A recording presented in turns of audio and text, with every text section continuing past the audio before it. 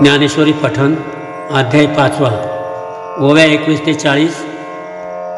श्लोक 4 ते 9। जो म्हणे आईसा जाहला संगीतोची सांडिला म्हणून सुखे सुख पावला अखंडित आता ग्रहादिका गवे ते काही न लगे त्या जावे जे घेते जाहले स्वभावे निसंग म्हणून देखही आग्नी विजोनी जाये मग जे राखुंडी केवळ होये तैते कापुसे किवसू ये जिया परी तैसा असतेने उपाधी न कळीजे तो कर्मबंदी जयाची ये बुद्धी संकल्प नाही म्हणून कल्पना जै सांडे तैची गा संन्यासू घडे ये कारणे दोन्ही सांगडे संन्यास योगो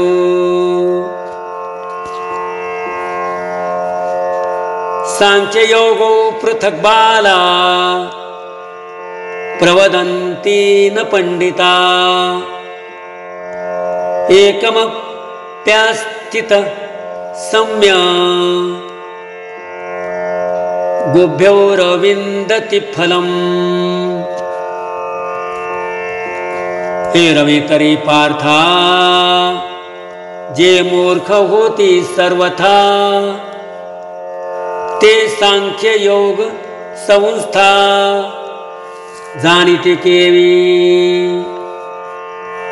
सहजे ते अज्ञान म्हणून म्हणती ते भिन्न हे रवी दीपा प्रति काय अनान प्रकाश आहती पै सम्यक येणे अनुभवे जी देखिले तत्व स्वभावे ते दोही तेही ऐक्य भावे मानिती गा यत्सांख्यै प्राप्यते स्थानम तद्योगैरपि गम्यते एकं सांख्यश्च योगंच न पश्यति स पश्चित आणि सांख्य जे पाविजे तेची योगी गमीजे म्हणून ऐक्य दोही ते सहजे या परी देखही आकाश आणि अवकाशा भेदो नाही जैसा तैसे ऐक्य योग्य संन्यासा ओळखे जो तयासीची जगी पाहले आपण पे तेणेची देखिले जया सांख्य योग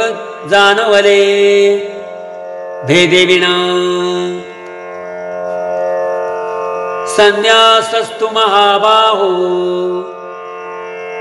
दुःखमा तु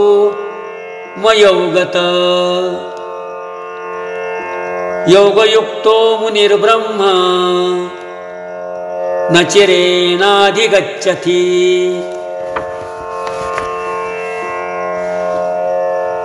एरा योगस्थिती जया सांडे तरी वायाची गा हव्यासी पडे परिप्राप्ती केही न घडे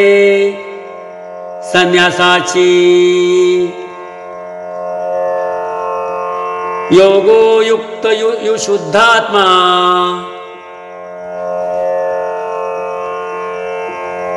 विजितात्मा जितेंद्रिय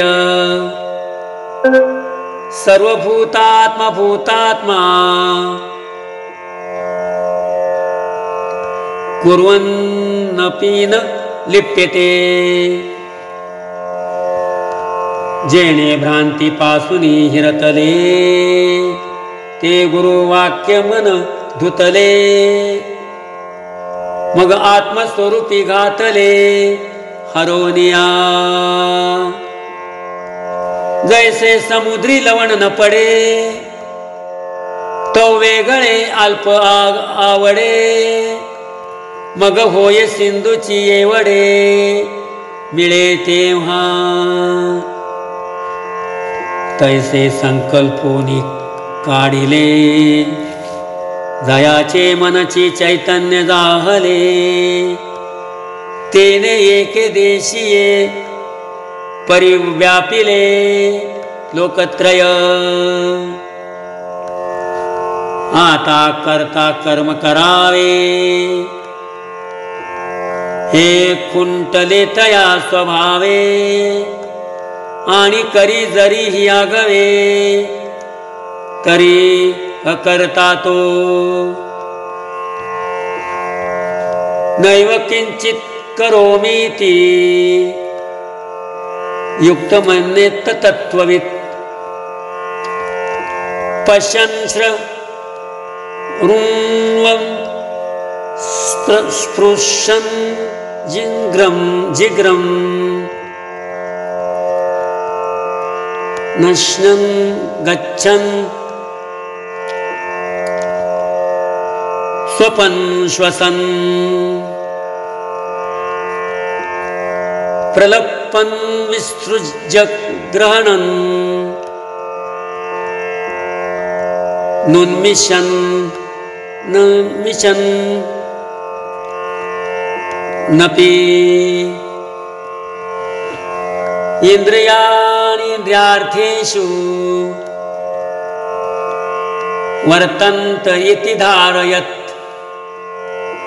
जे पार्था तया देही मी ऐसा आठवू नाही तरी कर्तृत्व कैची काही उरे सांगई ऐसे तनु मनु त्यागे विण अमृताचे गुण गिवसती संपूर्ण योगयुक्ता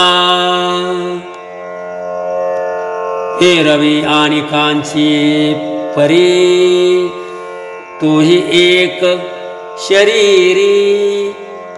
असे शाही व्यापारी वर्त तू दिसे